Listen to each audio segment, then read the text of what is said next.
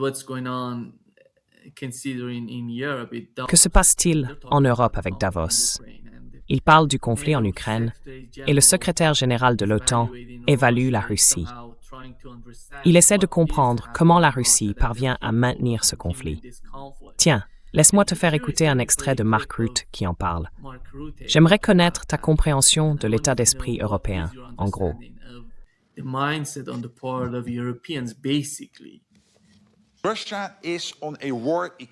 La Russie est en mode économie de guerre.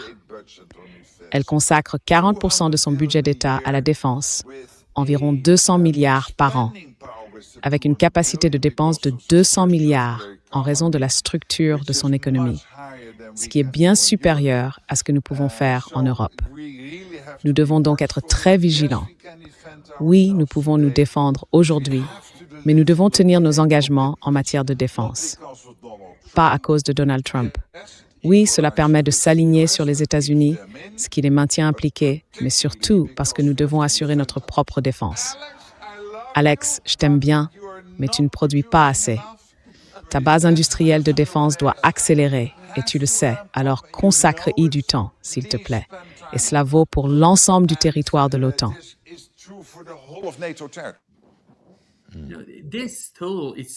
Toute cette affaire est un peu une mise en scène, à mon avis. Ils ne savent pas vraiment de quoi ils parlent, et ils essaient simplement de donner du sens à leur propre idéologie. Alors, quelle est votre compréhension de l'état d'esprit des Européens aujourd'hui?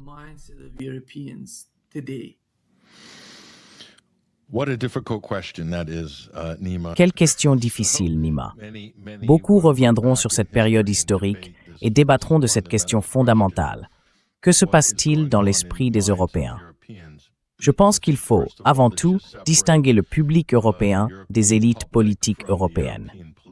Je ne dis pas qu'un grand nombre d'Européens, en particulier la classe moyenne, la classe managériale, la bourgeoisie, les universitaires, ne sont pas endoctrinés. Ils sont fortement soumis à la propagande à travers l'Europe, et je pense que c'est le cas depuis un certain temps déjà. Cependant, je crois qu'il existe, au niveau de la rue, une reconnaissance générale du fait qu'il n'y a absolument aucun désir d'entrer en guerre, ni de se préparer à la guerre contre la Russie. Je pense que la plupart des gens de la classe ouvrière le comprennent, et cela se reflète dans de nombreux sondages.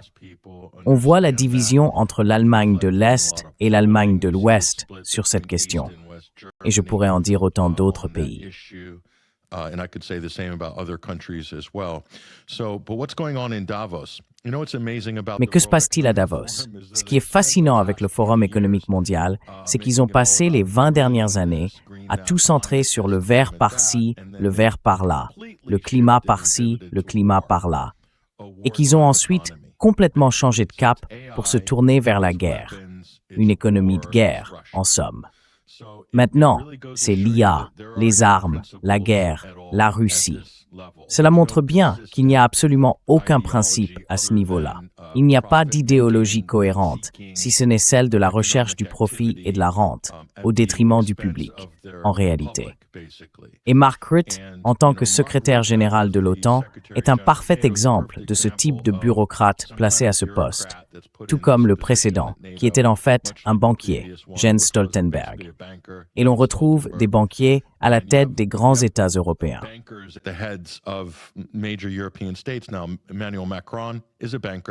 Aujourd'hui, Emmanuel Macron est banquier. Friedrich Merz, banquier. Donc, les banquiers sont à peu près aux commandes dans les grands États européens. Et quelles idées ou solutions ont-ils pour leur population? Aucune. Ils vendent cette idée de bons emplois dans la défense. Ils fondent donc la croissance économique sur les dépenses militaires. C'est du keynésianisme militaire. Avant, c'était l'économie verte durable. C'était en gros l'essentiel de l'économie de Davos. Puis Davos a pivoté vers l'Ukraine, devenant une plateforme de signalement de vertu pour Zelensky et la cause ukrainienne, et ainsi de suite. Et maintenant, c'est à fond. Préparons-nous à la guerre avec la Russie.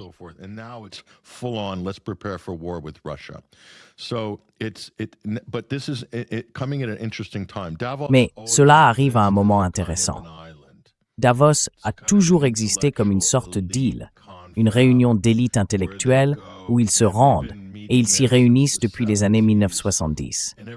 Et depuis qu'ils ont commencé à se rencontrer au Forum économique mondial, les choses n'ont cessé d'empirer, sans qu'ils ne trouvent de solution.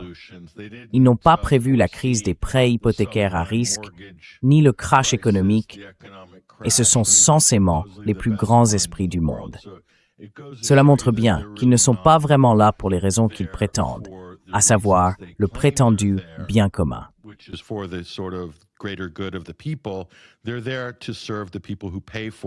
Ils sont là pour servir les personnes qui financent le Forum économique mondial, les grandes entreprises transnationales, le genre de cartel de l'IA qui est en train de se former, le grand cartel des technologies. Ces forces sont en pleine ascension. C'est donc un peu comme un groupe de réflexion. Davos est comme le groupe de réflexion du groupe Bilderberg.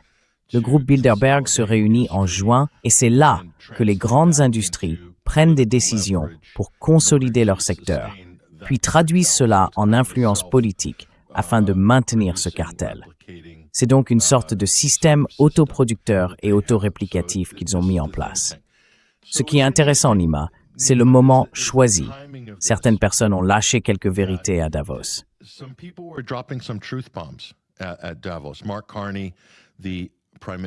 Mark Carney, le Premier ministre du Canada, qui est un banquier central chevronné, n'a absolument aucune expérience politique. Il est pratiquement arrivé à ce poste après que Justin Trudeau a quitté la scène au Canada. Carney a donc lâché cette bombe, déclarant en substance que l'ordre international fondé sur des règles est désormais nul et non avenu, et que les grandes puissances en profitent, n'appliquant le droit international que lorsque cela les arrange. Tu sais, c'est ce que nous disons, ce que tu dis, et ce que tous tes invités répètent depuis des années dans ces podcasts. Il a donc lâché cette vérité, et il a dit quelque chose de vraiment important. Il a parlé des pays de niveau intermédiaire, des puissances de niveau intermédiaire. Il est donc en train de les identifier. Et c'est là le changement fondamental, Nima.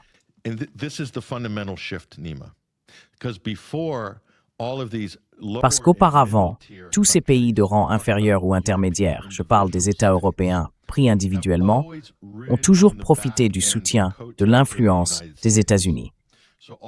Donc tout le poids politique, quand on voit les dirigeants européens se réunir et qu'on aperçoit Mette Frederiksen du Danemark ou Kaja Kallas d'Estonie, ce sont en quelque sorte des pays de second rang, voire de rang inférieur dans certains cas. L'Estonie, par exemple, compte environ 3 millions d'habitants, je crois. Et ils sont là, utilisant cette grande tribune de l'Union européenne ou de l'OTAN, essayant de faire pression sur des pays comme la Russie et la Chine. Eh bien, ils n'ont absolument aucune influence propre. Leur influence découle entièrement de l'OTAN. Et l'OTAN est une institution dirigée par les États-Unis, une alliance militaire pilotée par les États-Unis.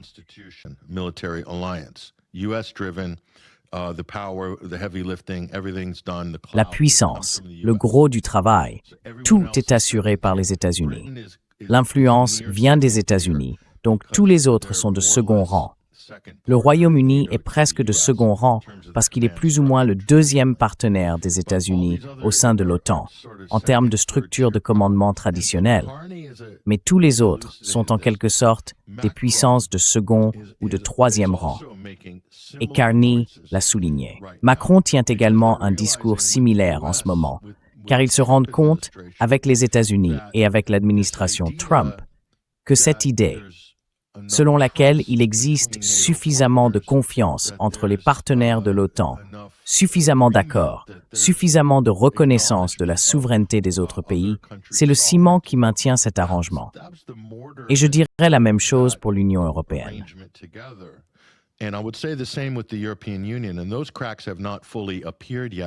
Et ces fissures ne sont pas encore pleinement apparues, mais elles le sont déjà en Europe centrale, avec la Hongrie, la Slovaquie et la République tchèque. Ainsi, la désagrégation de l'UE sera plus lente. Mais l'OTAN, on peut déjà voir les plaies béantes. Tout cela est en train de se désagréger, et cela inclut tout ce qui va avec, y compris les dépenses équivalent à 5% du PIB.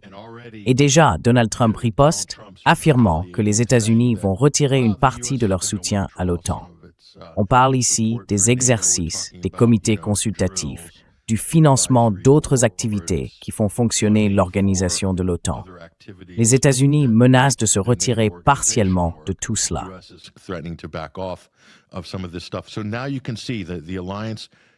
Vous voyez donc maintenant que l'Alliance, leur position belliciste contre la Russie, se fait entièrement sous l'aile des États-Unis, afin que les Mark Rutte de ce monde puissent parader sur ces plateformes à Munich ou au VEF ou voguer jusqu'à Washington en bombant le torse. Ils le font avec les États-Unis derrière eux, jouant le rôle du tyran armé du gros bâton. Si les États-Unis ne soutiennent pas l'Europe et ses partenaires européens, alors ils ne sont qu'un ensemble de petits pays faibles, incapables de s'entendre sur quoi que ce soit, comme c'est traditionnellement le cas. Soyons honnêtes, regardez l'histoire européenne. Des guerres mondiales ont été menées, des massacres dévastateurs de populations civiles ont eu lieu à cause de querelles royalistes, monarchistes ou ethno-tribales insignifiantes, ou encore de conquêtes de petits territoires, et ainsi de suite.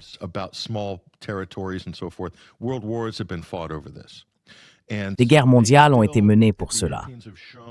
Et ainsi, les Européens ont montré qu'ils n'avaient pas vraiment perdu cette tendance, cette sorte de défaut génétique de la vieille Europe. Ils l'ont transposé dans la nouvelle Europe. Mais cela n'a pu continuer que sous l'égide du parapluie dominé par les États-Unis et de la dissuasion nucléaire, voyez-vous. Et maintenant, on peut voir les fissures apparaître. Les véritables caractères vont se révéler. Si l'Europe dispose d'une direction sensée, elle sera contrainte d'être réaliste et d'agir de manière rationnelle, maintenant que les États-Unis ne projettent plus leur ombre dominante sur l'ensemble des affaires de politique étrangère européenne. Et cela signifie que des personnes comme Ursula von der Leyen vont être durement touchées, car elles devront répondre de toutes leurs positions passées qui ont conduit l'Union à ce point.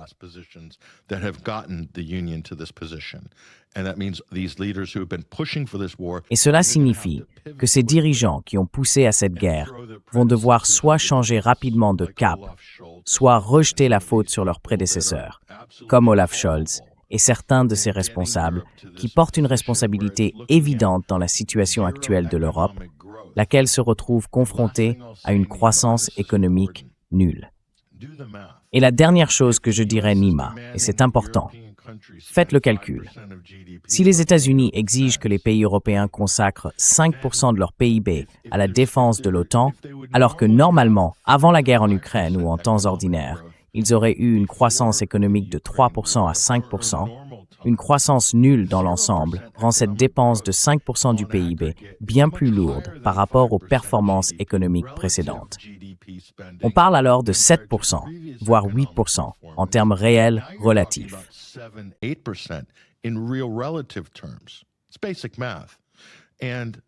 C'est une question de mathématiques élémentaires.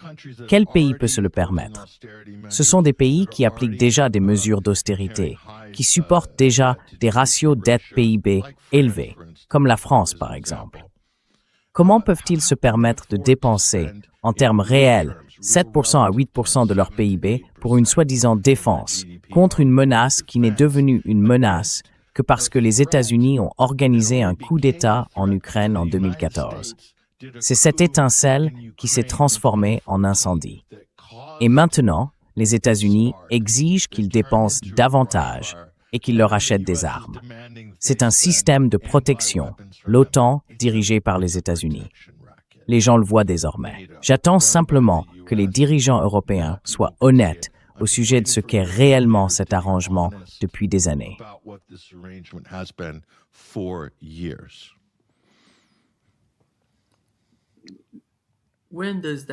À ton avis, quand verrons-nous ce moment d'honnêteté? Le cas du Groenland suffit-il à pousser l'Europe dans cette direction?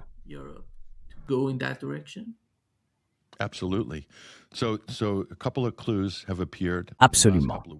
Alors, quelques indices sont apparus au cours des dernières semaines, et je pense qu'ils sont significatifs. L'un d'eux est que les premiers ministres et présidents de l'Italie, de l'Allemagne et de la France, leurs gouvernements, se sont désormais adressés à Bruxelles pour demander la nomination d'un envoyé spécial à Moscou. Ils souhaitent rouvrir les relations diplomatiques, ou du moins des canaux de dialogue officiels, avec la Russie. C'est intéressant. Donc si Mélanie, Macron et Scholz vont dans ce sens, c'est un véritable tournant par rapport à la situation des 3 ou 4 dernières années, bientôt 4 ans en février avec le conflit en Ukraine. C'est donc un indice majeur. L'autre indice, c'est que cela se produit au moment même où les États-Unis affichent une division visible avec l'Europe sur la direction à prendre dans les négociations concernant l'Ukraine.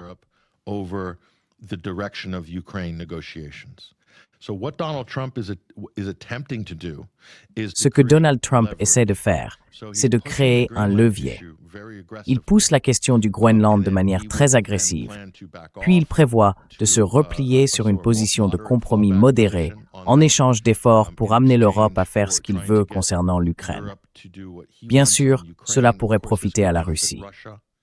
Et nous voyons déjà les signes d'un adoucissement de la rhétorique belliciste. De ce point de vue, qu'il s'agisse ou non d'une intention délibérée de la part de Trump, il est difficile de savoir s'il s'agit d'un jeu d'échecs en 4 dimensions ou simplement d'un effet naturel de sa démarche. Tenter de rétablir l'hégémonie des États-Unis dans l'hémisphère occidental ou la doctrine Monroe, en quelque sorte, en ce qui concerne le Groenland. As it were, with regards to Greenland. Okay, so, but the problem is, Nima, he's doing this. Mais le problème, Nima, c'est qu'il fait la même chose avec la paix à la frontière. Il doit faire en sorte que la paix à la frontière à Gaza fonctionne. Donc Trump, cette administration aux États-Unis, ce ne sont pas des situations isolées. Elles sont toutes liées par des rapports de force. L'Allemagne a déjà exprimé des doutes concernant la paix à la frontière, affirmant qu'elle a d'énormes implications pour le droit international. Il a maintenant snobé Macron en ce qui concerne une invitation. Je ne pense pas que les Français étaient enthousiastes à l'idée de participer, pour des raisons similaires à celles que l'Allemagne se pose. Mais la Russie a également retenu sa réponse quant à l'invitation, tout comme la Chine. La Chine a été invitée, mais les Chinois examinent la situation et n'ont pas encore répondu. But Chinese are reviewing the situation and have not answered. So forget China. Trump is not going to be able to. Alors, oubliez la Chine. Trump ne sera pas en mesure d'exercer la moindre influence sur la Chine. Il pense pouvoir obtenir un certain mouvement avec la Russie sur ce sujet en utilisant la situation en Ukraine pour pousser la Russie à approuver ce qui est en réalité une sorte d'entité non étatique, un conseil d'administration sur lequel Trump siégerait en tant que président à vie. C'est ce que montrent les récents rapports. Tout est lié. Et le moment est mal choisi. Car si l'on pousse un peu trop, avec quelques tweets et quelques commentaires très insultants ou menaçants à propos du Groenland, les Européens pourraient retirer leur soutien au projet de Gaza. Et celui-ci n'aurait alors plus aucune légitimité. Ce ne serait plus qu'un morceau de frontière sur le papier, et il pourrait perdre. Maintenant, l'État profond américain pourrait lui aussi perdre si l'Europe commence à modifier progressivement son orientation vers l'Europe.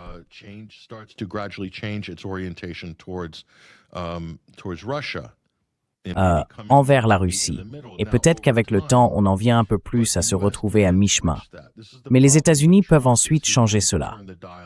Le problème avec Trump, c'est qu'il peut monter le curseur, le baisser, puis le remonter encore, et peut-être flatter certains des partis les plus bellicistes en Europe, comme le Royaume-Uni, par exemple, qui est toujours prêt à, parler d'une guerre contre la Russie. Ils restent toujours sur la touche, parce qu'après le Brexit surtout, ils estiment pouvoir jouer ce rôle en toute sécurité, sans être dans l'Union européenne, mais en poussant quand même l'Europe, avec les États-Unis, vers une confrontation militarisée avec la Russie. Mais le truc, Nima, c'est que tout cela peut se briser. Ça peut se briser de plusieurs façons. Ce qui maintient cette illusion d'un Est contre un Ouest est aujourd'hui très fragile. C'est très fragile. Et les gens commencent à voir à travers la façade avec laquelle ils ont dû vivre pendant des décennies concernant ce qui se passe aux États-Unis. C'est l'autre aspect. what in the U.S., and this is the other thing, the U.S. have this talking point, and it's very popular among conservatives. Les États-Unis ont ce discours, très populaire parmi les conservateurs, les J.D. Vance de ce monde, et parmi des gens qui, franchement, étaient géopolitiquement illettrés avant d'entrer en fonction. Ils ne savaient rien de rien. Et ils affirment que l'Europe nous exploite. Que l'Europe nous exploite. Vous avez entendu cet argument. En réalité, c'est l'inverse.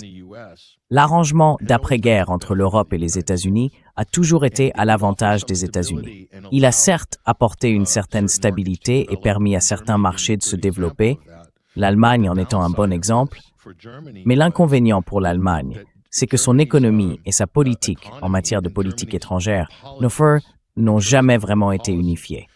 Elles sont bifurquées, en gros divisées. Donc c'est différent. It's bifurcated, basically. That's different. And Germans never had a big colonial empire. Et les Allemands n'ont jamais eu, historiquement, un grand empire colonial, pas comme les Britanniques ou les Français. Donc, si l'on regarde les compétences diplomatiques et de politique étrangère des Britanniques et des Français, elles sont bien plus avancées et développées que celles de l'Allemagne. L'Allemagne a subi un énorme choc après la Seconde Guerre mondiale et a vu pratiquement toutes ses institutions étatiques démantelées puis reconstruites. Après cela, l'Allemagne s'est simplement concentrée sur son économie. Mais aujourd'hui, on peut voir que c'est le marché de l'euro-dollar qui est désormais plus important que le marché du pétrodollar en termes réels au Moyen-Orient, en ce qui concerne ce qui est acheté, vendu et détenu en réserve de dollars sur le marché européen, qui a vraiment compté. Maintenir la valeur du dollar comme monnaie de réserve mondiale permet aux États-Unis de financer leur déficit, d'avoir un budget militaire de 1,5 billion de dollars, puis d'imposer cette conformité à l'échelle mondiale par la puissance militaire.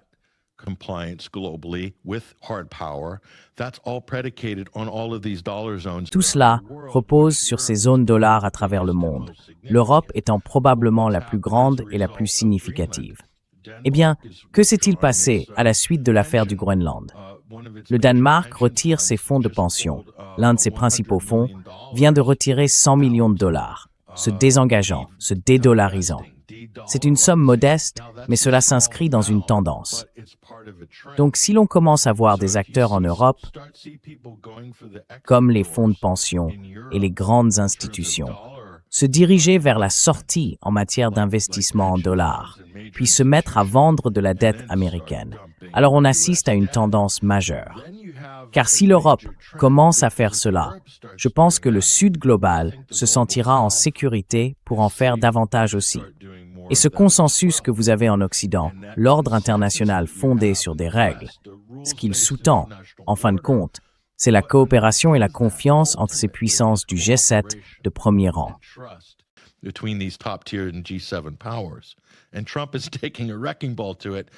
Et Trump est en train de tout démolir. Et ce faisant, il s'attaque à la puissance économique des États-Unis. Si l'on réduit la puissance économique, on réduit aussi, par la même occasion, la puissance et l'influence politique. L'influence politique et géopolitique découlent de l'influence économique. Ils ont pu exercer ce type de sanctions contre des pays comme l'Iran et viser des nations comme la Syrie et le Venezuela. Ils ne mèneront pas le même type de guerre économique contre l'Europe, même s'ils ont tiré quelques coups de semonce, des droits de douane contre des pays européens, parce qu'ils ne se plient pas au projet de Trump d'acquérir le Groenland.